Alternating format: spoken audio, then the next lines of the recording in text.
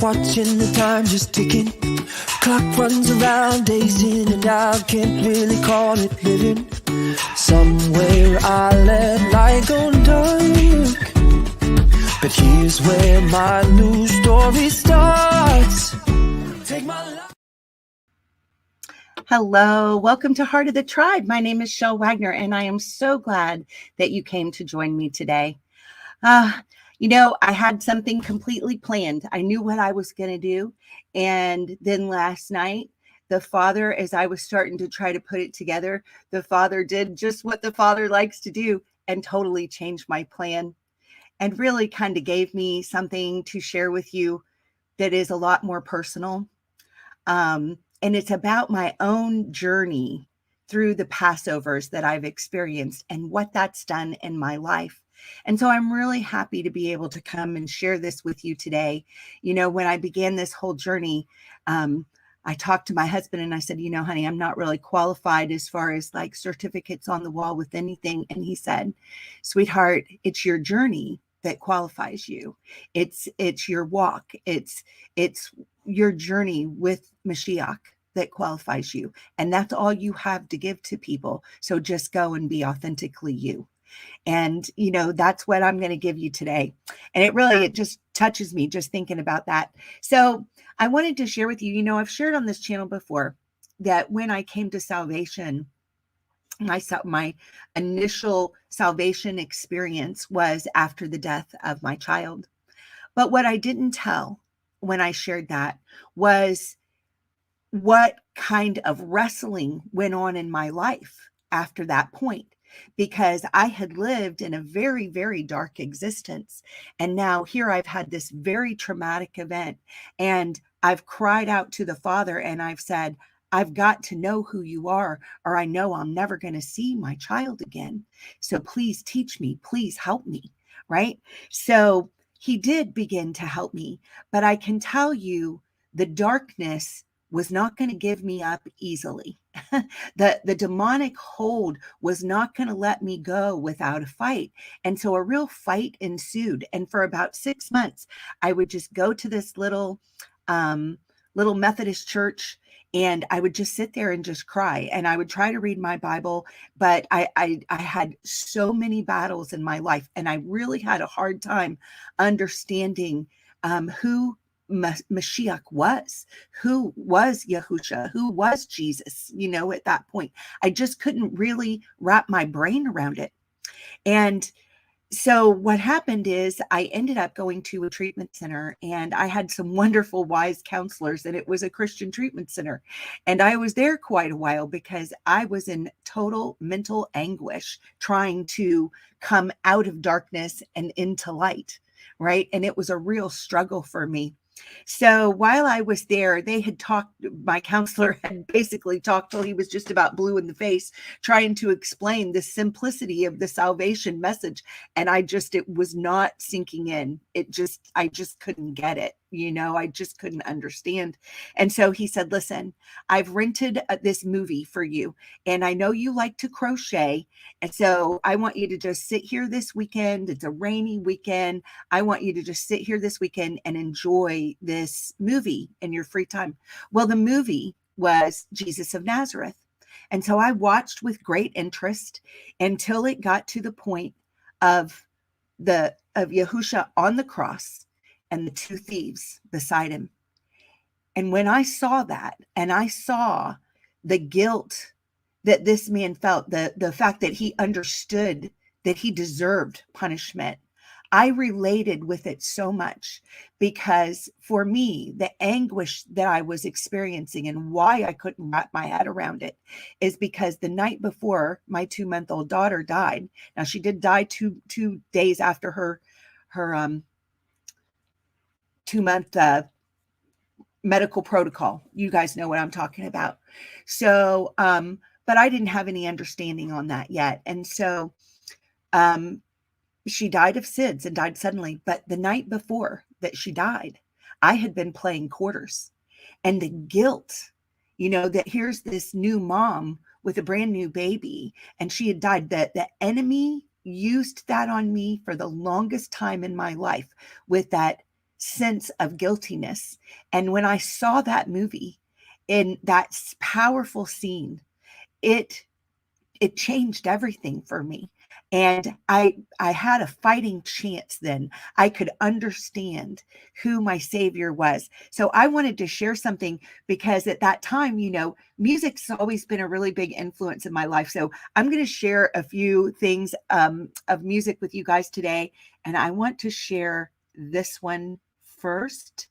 And so this now, if you're sensitive to images, this music video, this portion that I'm going to share, the song is called "I Am a Thief" by Third Day, and I loved this. This was one of the first songs that I ended up falling in love with as a new believer. But the scenes are from the movie The Passion of Christ, and it is very explicit.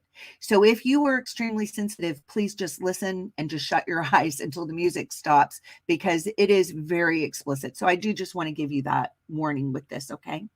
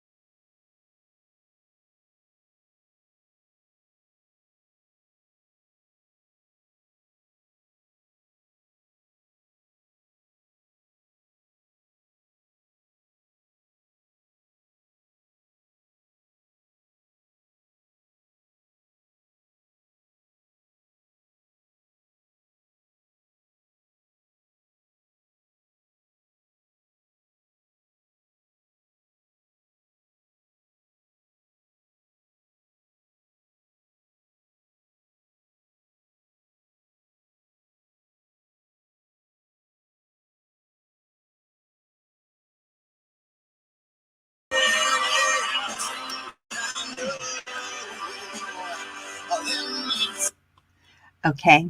That was what I had wanted to share with you. I mean, wow, it's such a powerful scene. Tammy had made a remark that it is, and I agree. I had to watch it a few times myself and cry through it first so that I wouldn't be crying on right now. Right. So that was a huge thing for me. That was where I was. I could relate to that kind of song and to that kind of pain and to that kind of anguish, and it really touched me. That song did. And so, as my life progressed a little bit, I ended up in the church, and I guess I'd been a believer about 8 years or so, and I became a worship leader in a very, very small church. And well, I guess it hadn't been that long. Maybe it'd been about 4 years at that point. It happened, things happened really rapidly in my life. And so I do have something else that I wanted to share with you. Let me get rid of the full screen there and come up with my next one. So this is another really powerful song because I have that place as a worship leader. It really, music has played a very, very big part of my life. And so all these songs that I'm sharing with you today, plus a bunch more, if you are part of my YouTube channel, I have made a playlist called Passover Songs. And so it's there for you. So you can find all these, find where they're at. All right, so let me play this one. So this one, I was still really wrestling with things. Even I was in a very small church. We mainly ministered to the homeless, the people that were coming out of a biker background. I mean, it was not your regular church that I was a worship leader of. This was completely different than anything traditional or mainstream. We worshiped. We would pray. Father, send us the people that nobody else wants, and that's who we got. It was wild. And so that's how I learned to minister. And so let me play this one for you.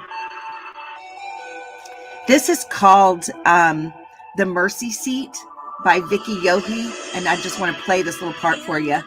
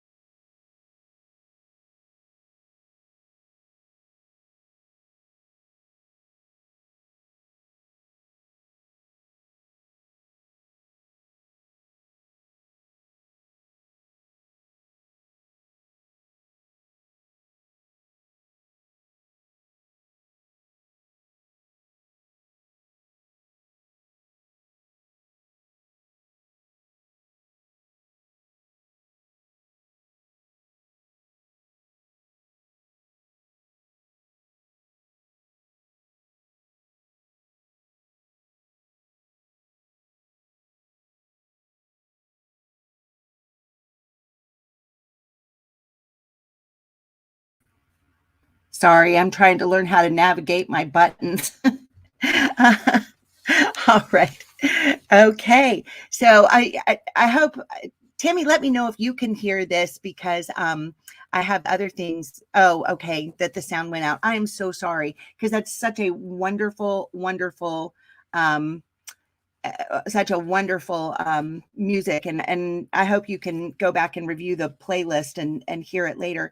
So as my life progressed, because this was all going on in the 90s, and about 2001 I got to the place where I was going to homeschool my daughter, and so I started homeschooling her, and we got to her second year of homeschool, and I had promised her that that year she could be the one who decides our Bible program. So we went to the homeschool uh, book fair, and she wanted this one. It was the most expensive Bible program they had at the time. And when you're a homeschool mom, you're counting your pennies. So anyway, I ended up buying it, and I bring it home and I start reviewing it. And it's got this story. Now, by this time, I am a pastor of fine arts in kind of a medium sized church, not a mega church, but a medium sized church. And I bring this home. So that means that I do all the Easter productions, all the Christmas productions. I work for the worship pastor, and we put on all these productions, right? So I bring this book home and I start trying to get our curriculum ready. And I read this.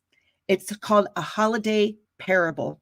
It says, once upon a time, there was a wonderful king that ruled a kingdom. The king was always doing fine and wonderful things for his people.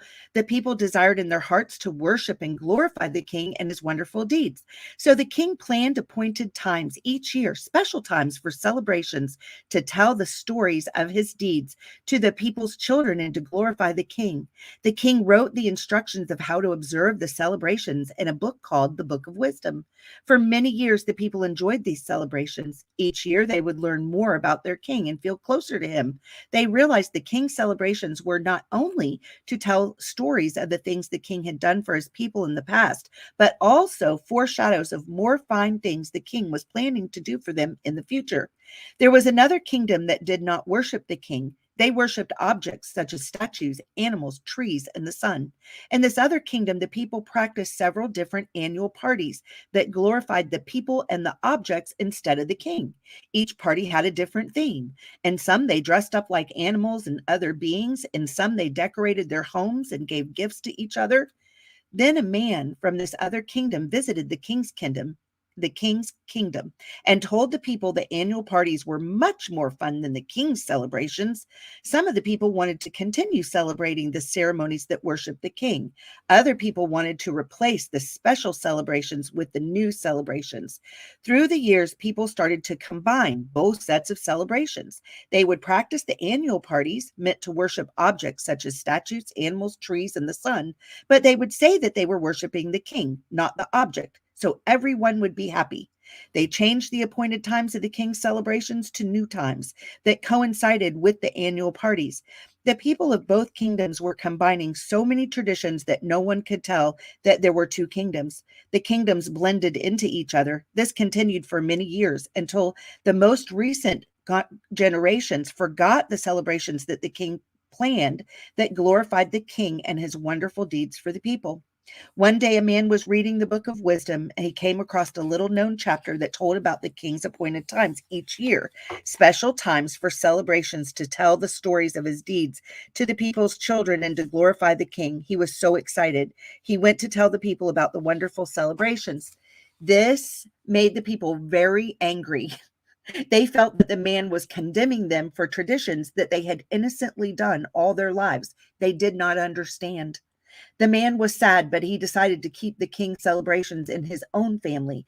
The man's family learned much about the king. In fact, each year, the man and his family grew closer and closer to the king because of the wonderful stories they learned about during the celebrations.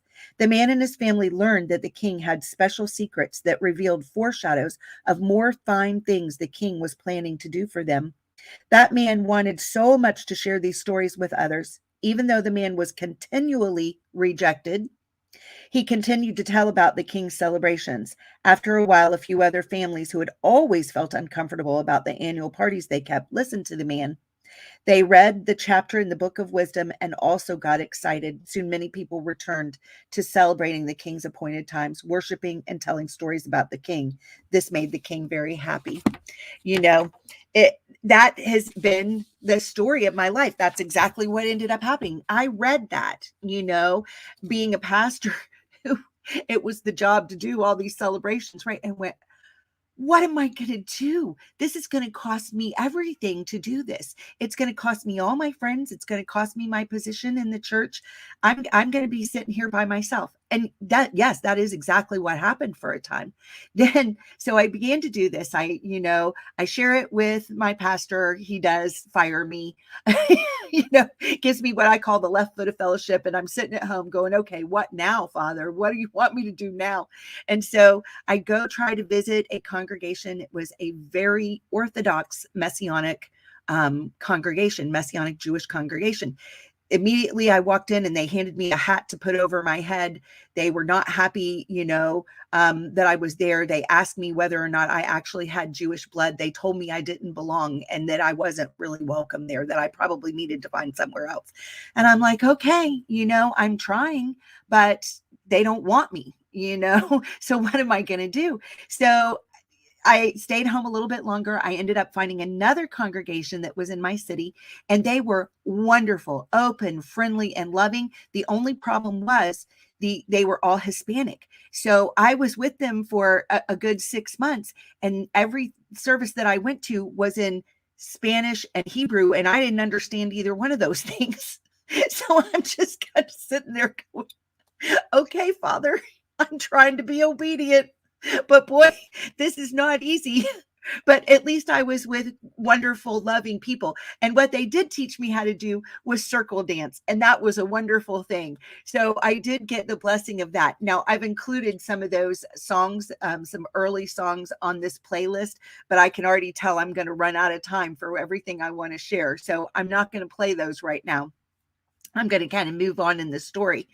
And so, that was my experience. So then in 2006, 2009, by this time the Father has given me a download on what I call the heart of the tribe, which is what my ministry name ends up coming from.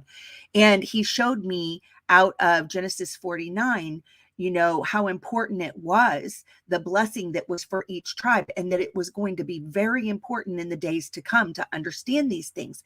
So I really began to pour my heart into that. And because I'm very creative, I ended up, making all these banners, and I had a huge flag ministry. At that time, my ministry name was not Heart of the Tribe. It was Winds of Worship, because I made all the big banners, and you can see like some of my leftover silk flags even behind me in my background here. And so I had these big 9-foot flags, and I got invited to a lot of big conferences and stuff because they loved all the pageantry that I knew how to do, and I knew how to make huge banners, And so I would get invited places, and I did that.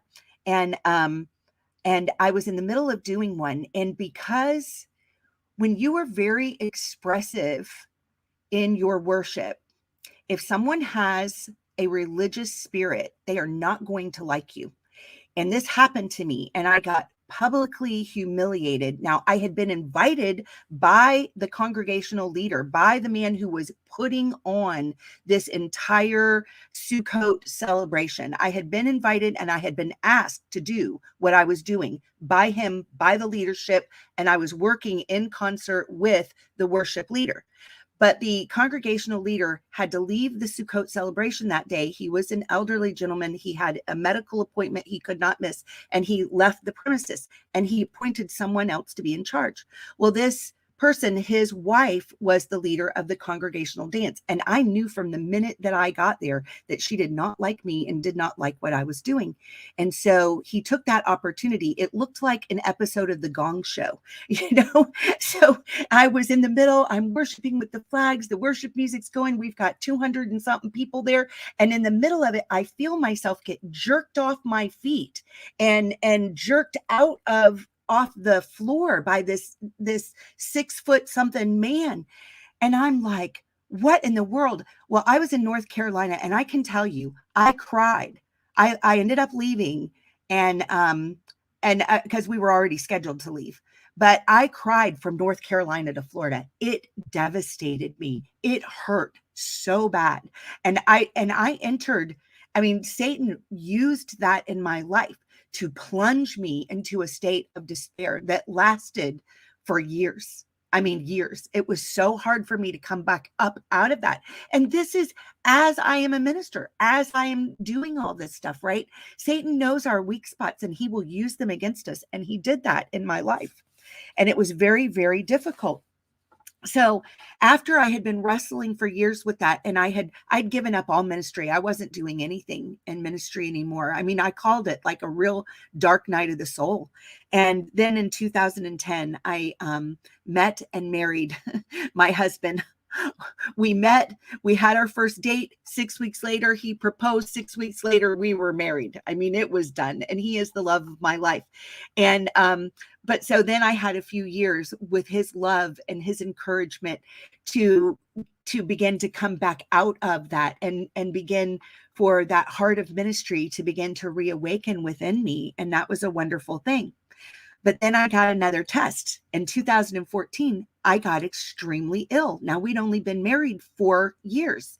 And so, I had given up ministry and become a fitness instructor. So I was extremely in good shape. And all my pride then was coming from, the wonderful shape that my body was in. And so then I get struck with illness, bad illness. And, I am still, I probably won't in this life totally ever get over the ramifications of that. And I'll explain why. But in 2014, I got very ill. In 2015, after 20 months of being ill, because I got ill in January of 2014, in October of 2015, I made a trip home. My nephew was getting married, and I was afraid that if I didn't go and attend this wedding, that I would never see any of my family again, because it looked to me like I was probably going to die. I couldn't breathe. I couldn't leave. I couldn't sleep laying down. Most of my hair had fallen out. I was totally unsteady. I had no motor coordination, I couldn't remember anything. My mind was going. It was horrible. Right. And I won't go into all that, but anyway, I went to say goodbye. And while I was there, I was staying in a hotel room with my mom, and she was getting ready to go to like the rehearsal dinner. So she's in the shower and I'm sitting on the bed, and I turn on the TV, and what comes on is Perry Stone happened to be on. So I'm like, okay, I'll sit here and listen to Perry Stone for a few minutes. And he had this message called "Don't Go to Hell Over a Mystery." Now, I was really anguishing. I was, like, I just don't understand why this is happening in my life, why I'm so ill. And I had a lot of big questions, but his message that day hit me like arrows from heaven. And it just got me to the place of where I was hearing Brad Scott say, God is smarter than we are. And I'm hearing this message going, there are things that I am not going to understand because I am not in the place of Yah. And he knows everything about me, about my life, about my future, about everyone I'm going to meet and everything I'm going to need to know. And so he, in his sovereignty, is going to allow things in my life for my good, even though it doesn't feel good, because it did not feel good. and so, but that message really began to help me grasp that concept, right? So then in 2016, July of 2016, I was finally diagnosed and figured out what was wrong with me. And it was not a good diagnosis. It meant having to have our entire world rocked. It meant giving up our business. It meant leaving our home. It meant going to live at a campground for a year so that I could try to recover. And it meant moving away an hour and a half from everybody that we knew and everything that was familiar, and living in this dump of a campground where people went because they couldn't afford to go anywhere else. And we had been so stripped by financially at that point that I was hoping for enough quarters to be able to go to the local laundromat that was 7 miles away and wash our clothes every 2 weeks. I mean, it was devastating. It was so hard. And actually, if you look on my Facebook, Heart of the Tribe, Facebook channel, you'll see I started making videos while I was at that campground going through all this. And so you can see the evidence of this, right? Of when I was doing that. So while that happened, I went one day, there was out in the middle of nowhere, this used bookstore, and they had books for $1. And so I was like, okay, I'm going to go check out this bookstore. And I had gotten a job working at this children's camp, and it kept my hope alive working with the children. I just went to go work in their community garden. It was this Methodist camp. And while I was there working in their garden, I thought, at least I can do this, right? And get some fresh vegetables and stuff. It's a good way for me to at least get fresh vegetables, because Yah was trying to teach me at that point that if I was going to heal, it was going to come through a change of lifestyle and learning how to eat completely differently and learning how to use food as medicine. So I was really pursuing that with everything that I could. And I was learning a lot about herbs and food and everything. And so anyway, and the contact with the children, when I got the job, they kind of conscripted me into their daycare program because they couldn't get anybody to work with the kids. And it was this 350 something acre camp, and I could work outside because I couldn't be in buildings. I couldn't breathe when I would go in them. But if I could be outside, then I did pretty good. I had to kind of stay in a bubble of our little camper, and keep things very, very clean. And I had a tent that I could work on some of my artwork and stuff in. So anyway, this day I go to I had to explain to the lady who ran it, listen, I'm not very reliable. I will be here when I can, but I may get sick on you and not be here for weeks at a time. And she was like, I don't care. I understand. Be here when you can be here. I really need the help. So that was how I took that job. And there were a lot of times I had to be absent for weeks on end because my immune system had been totally wiped out. But I was starting to recover. And so I go to the bookstore that day and I found this book. Now, when I had been, it's called When God Weeps by Joni Eareckson Tada and Steve Estes. When I had been 11 years old, getting ready to turn 12, I had broken my back, and I had had to spend that summer in a cast from right underneath my armpit down to one side all the way to the knee, but cut off on the hip on the other side. And someone had given me a book by Joni Eareckson Tada when I was that age that had really ministered to me, because she had broken her neck and she was a paraplegic. And so I already loved her. So when I saw this book, and it's all about, it says on the subtitle, Why Our Sufferings Matter to the Almighty. And I couldn't understand why I was suffering at that point. It made no sense to me, right? And so I want to read you something out of this book. This is in the chapter, and I would recommend getting this book. If you have had some kind of suffering and you're having to wrestle with it, this book has been invaluable to me. Okay, so in this book, out of the chapter called Cry of the Soul, it starts here. She's got a quote from Psalm 77, verses 7 through 9. It says, will the Lord reject forever? Will he never show his favor again? Has his unfailing love vanished forever? Has his promise failed for all time? Has God forgotten to be merciful? Has he in anger withheld his compassion? 7 rapid fire questions packed with explosive power. The psalmist's despair turns godly when it turns Godward. Something awesome has to happen when we choose the direct line to the Lord. The irony of questioning God is that it honors him. It turns our heart away from ungodly despair toward a passionate desire to comprehend him. The psalmist's questions serve as a reality check, exposing the fantasy of a blissful world. Questions that cut to the core, destroy any illusion that the world can ever really keep its promises. They shake us awake, reminding us not to get too comfortable in a world destined for decay. Wow. Because that's it. This world is destined for decay. All right, I was looking to see if there was anything else I wanted to. Okay, so despair turned Godward. I'm going to skip forward a little bit. It says, this does not mean our questions get answers. And it certainly doesn't mean that cancer gets cured, that wars cease, and drunk drivers stay at home. Most likely, our hard questions will never get answered, which results in suffering multiplied by two. Our hardship doesn't go away. Plus, we don't have a clue as to why. But remember, reasons why don't ultimately satisfy anyway, right? They don't satisfy. That's not what it is. Nothing grips. I'm just reading you some quotes out of this. Nothing grips God's heart like the tortured cry of one of his children. Deep, passionate emotions force us to face questions we would rather ignore. For many of us, this is precisely why it is easier not to feel, to blanket our emotions with everything from distraction to drugs.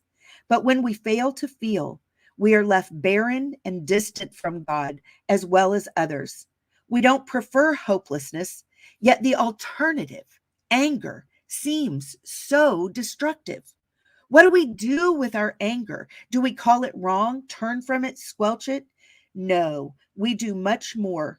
Emotions are the language of the soul. They are the cry that gives the heart a voice. To understand our deepest passions and convictions, we must learn to listen to the cry of the soul.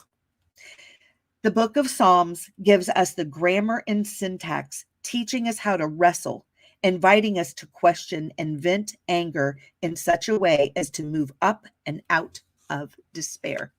I have certainly found that to be very true in my life.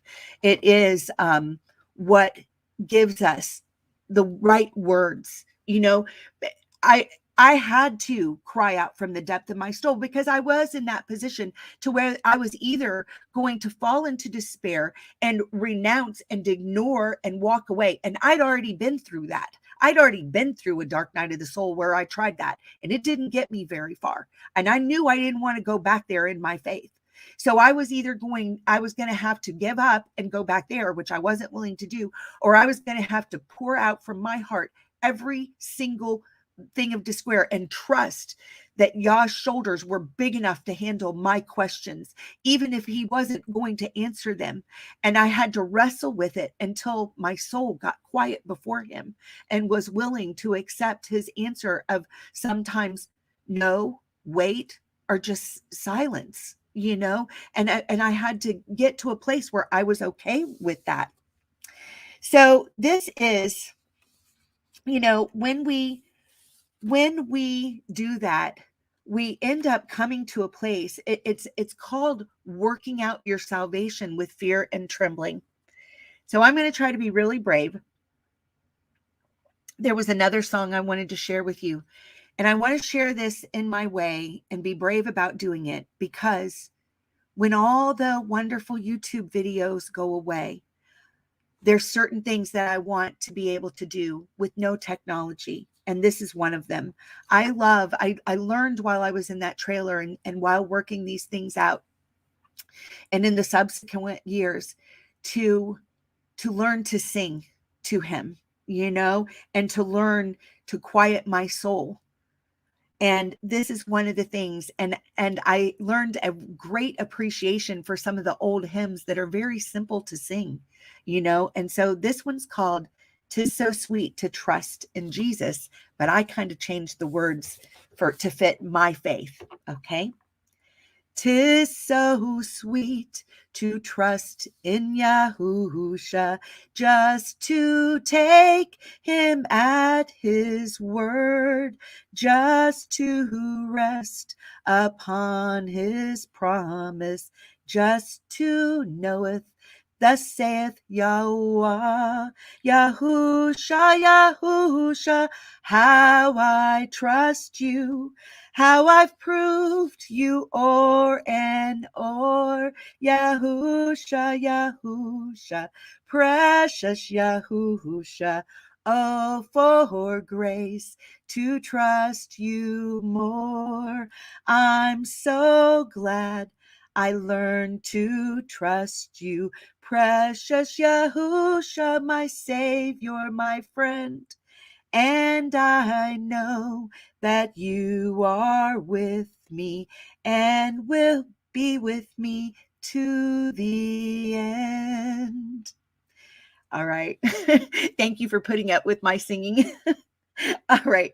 So, it's the pain and the suffering of living in this fallen world is what moved Yah to come in the flesh, to suffer in the flesh, to take the punishment for our sins so that we might find rest, a Sabbath rest that remains for the children of Yah.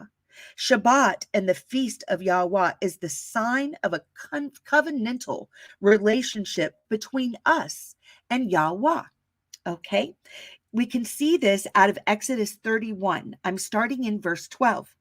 It says, And Yahweh spoke unto Moshe, saying, Speak also unto the children of Yasharel, saying, Truly my Shabbats ye shall guard, for it is a sign between me and you throughout your generations, that ye may know that I am Yahweh, Makish Dishkem. I'm reading out of the Sefer, and sometimes the Hebrew's still a challenge for me. All right. You shall guard the Shabbat, therefore, for it is holy unto you. Everyone that defiles it shall surely be put to death. Now, does that mean that those that are not are dying some immediate death? No, this is speaking about life to come, right? Shabbat and the feast days. Exactly. This is exactly what this is. Okay. So you shall guard the Shabbat, therefore, for it is holy unto you. Everyone that defiles it shall surely be put to death. For whosoever does any work therein, that soul shall be cut off from among his people. 6 days may work be done, but in the seventh is the Shabbat of rest, holy to Yahweh. Whoever does any work in the Shabbat, he shall surely be put to death. Okay, so this is the covenantal sign. Okay, the covenantal sign. Now, I find this very interesting. On the first Exodus, when they came out of Egypt, a mixed multitude came out. Okay, and in the second Exodus that is coming up, I think a huge mixed multitude is going to come up out of the nations from the north, the south, the east, and the west. And as soon as Passover is over, I'm going to be teaching a lot more about the greater Exodus and about the tribes and the characteristics and all the things that Yah downloaded to my heart when he first began to give me that message. Now, there's a promise, though, that I want to go ahead and give you, and this is found in Ezekiel 47. Okay, this is about the millennial kingdom. Now, listen to this, because this is for those that maybe are not natural born, but have chosen, just like Ruth, the Moabitess, to say, I want your God, Naomi, the God of Abraham, Isaac, and Jacob, to be my God, and I'm going to follow you, and your ways will be my ways. I'm going to honor your feast, your Shabbats. Okay, that's what she was saying. All right. And so now listen to this, because here's the promise for the mixed multitude.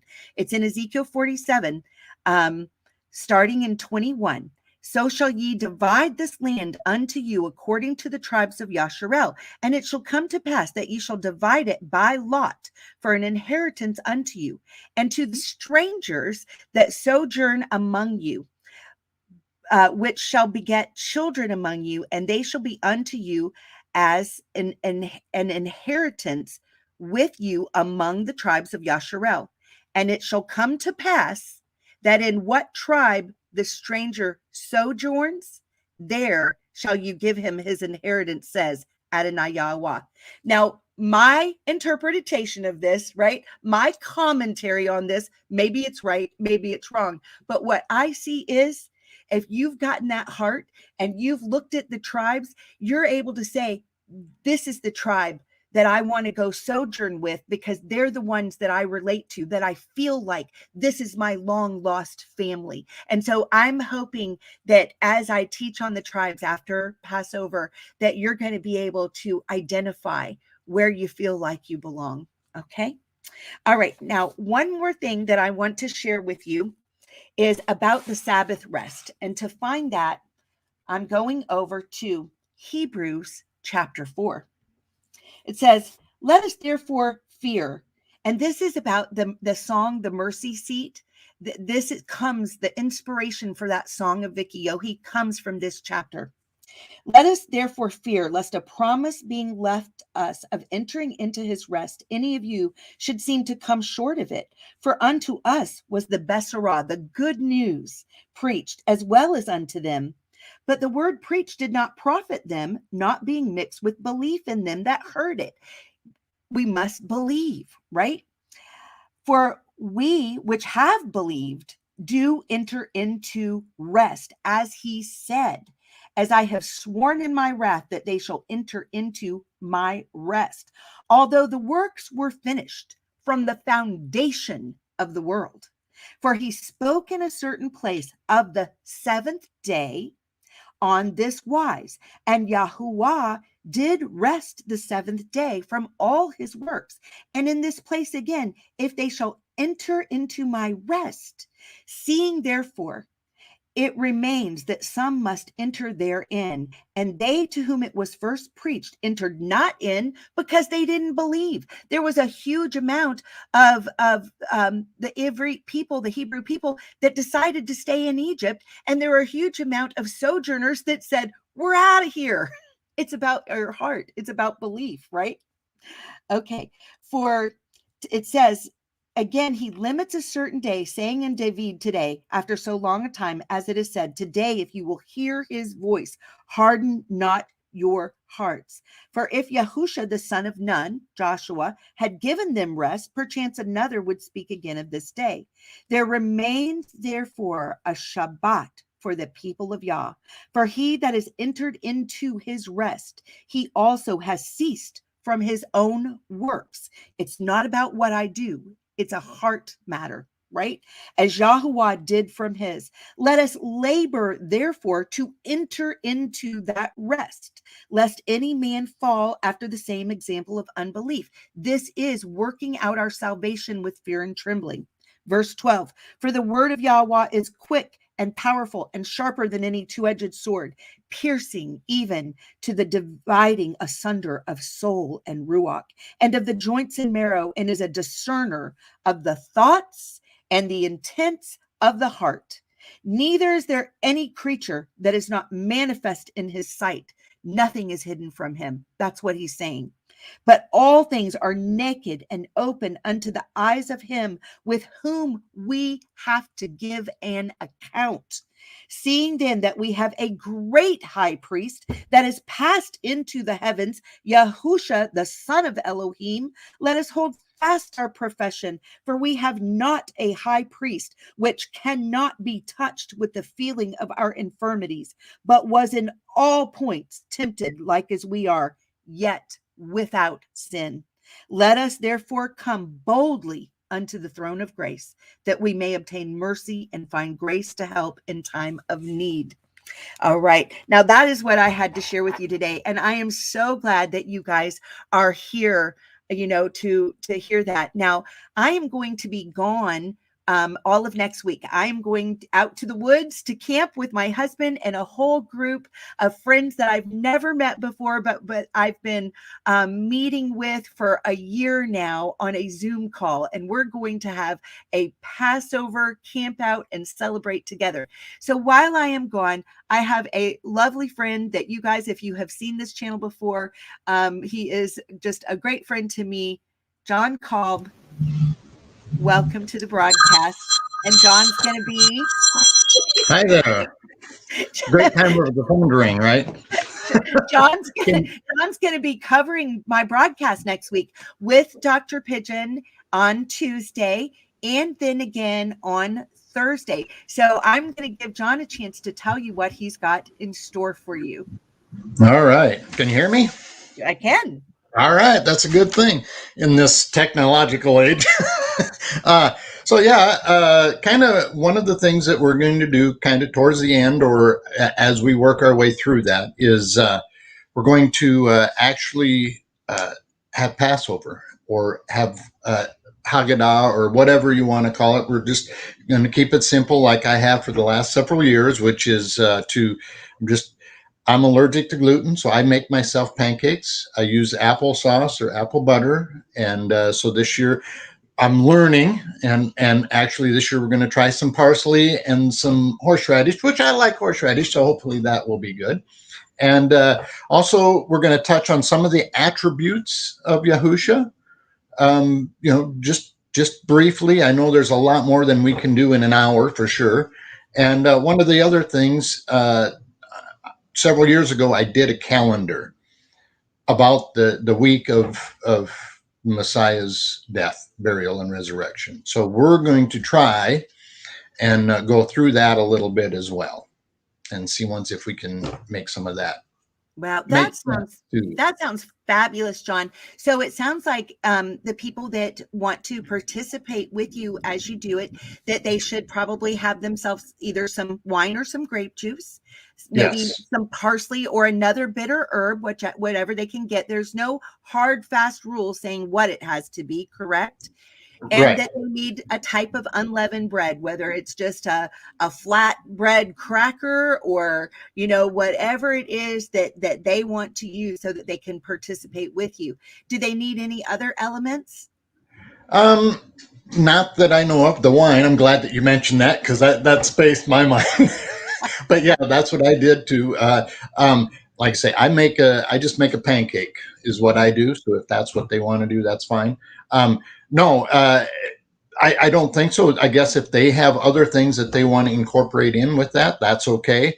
One of the things that I was thinking is my wife doesn't participate with me in the Passover, and I know there's other people that their spouse doesn't, or they're single or widowed or whatever. That way, we can do it alone together. Is kind of the idea.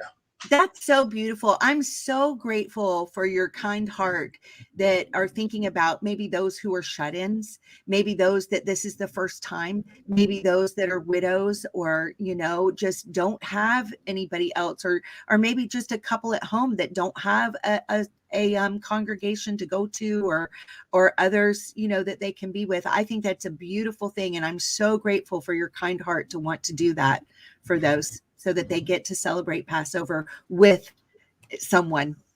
Right. Because it is lonely. I mean, it's hard to do by yourself. I've done it for several years now by myself, and it'll be a joy to actually do it with someone else, at that same time. So, but well, I do want to mention, your sharing today with your past, and it's a difficult thing. Those of us that have had a difficult past, the battles that Satan puts in front of us are really unique to us. And I know when I did your show here a little while ago, I was trying to bring that out, and I failed a little bit, because after I got saved, I guess is the word to use, or whatever. But I came across the shirt that says, "The next time Satan reminds you of your past, remind him of his future." That's such a great saying. Yeah, it is. And I mean, I held on to that. I wore that shirt all the time, and then I wore it for every day all the time, and then there was holes in it, and I wore that shirt anyway, because it was a very important thing for me, because I have a past. I can't change it. I can't go back 40 years or 30 years and change any of my past. But we can today start over and look to the future. When that wrestling is going on in your mind, I mean, it is so hard. And I love that you brought that up, because that was a tool in my toolbox that I used to end up fighting that. And I learned to just say out loud, because I knew that I had repented. But Satan loves to throw that stuff right back in your face and bring it up. And, because shame is a huge tool of the enemy. If he can get you to live underneath a cloud of shame, he will stop what you might use your energy to do for the kingdom of Yah. He will get you to use that energy living underneath a shroud of shame and feeling like I'm not worthy. I don't really have anything to give. Gosh, if people really knew who I was, they wouldn't even want to be around me. And he'll use that against you. So I had gotten to a point when I was fighting this through that I would literally say, when those things would flash before my mind and those memories would come, I would stop and I would say, you know what, Satan, I am so glad you reminded me of that today. And it's reminding me to raise my hands and praise my God that he has forgiven me even of that. And I would name out what it was. That particular, that he's so powerful that his blood has cleansed me of that sin too. Exactly. He cleanses us from all unrighteousness, not just a little bit, not just part of it, not just what we thought of, but all of it. And that is a very important aspect that, and it's hard because Satan wants to drive a wedge between us and our Creator, between us and our Savior. He wants that wedge in there, and it's so hard for us, as without the Spirit, without the Ruach, to break through that. It really is. It really is. But he will lead us and guide us and teach us in all things. And if we're brave enough to just come to him, even and say, I don't understand this. This hurts, and just be honest about our emotions. He is faithful. He's big enough to handle the worst of our emotions, and nothing is hidden from him. It's all naked and open. He knows what you're thinking and how you're feeling anyway. You may as well just talk to him about it. Exactly. I know after my son, we lost my son in 2005, and I wrestled with that for a while, and many people told me you can't blame God, and I wasn't blaming God, but I'd prayed all of my children into his hands, and when I wrestled through that, and him and I had this debate out, so that it was that burden was no longer on my shoulders. I didn't harbor any ill feeling towards my God, and that was all gone. And I had people tell me, you cannot go. Oops, sorry, don't pound the table. You can't go and tell God, you can't tell your Creator that. You have to be humble. I can be humble now because I did approach him with my anger, with my frustration, with my tears, with my pain. He felt that then. That is so powerful. Yeah, exactly. Exactly. Well, we have run out of time for today. So thank you so much for being with me today. Thank you, John, for coming on and sharing. And thank you ahead of time for what you're doing next week. It's going to be exciting to get to see you later with Dr. Pigeon and that show for Living Through Interesting Times. And I can't wait to see both shows when I come back out of the woods. All right. Thanks, Chelle. Thank you. Bye-bye. Have a wonderful Passover, you guys.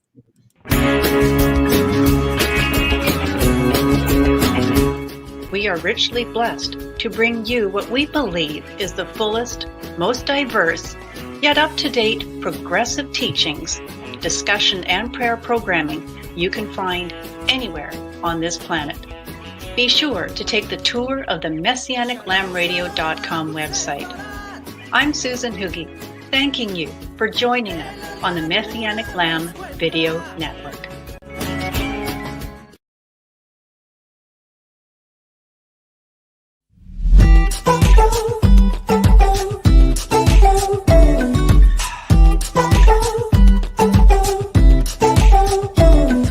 I've been asleep, head in the sand, watching the time just ticking.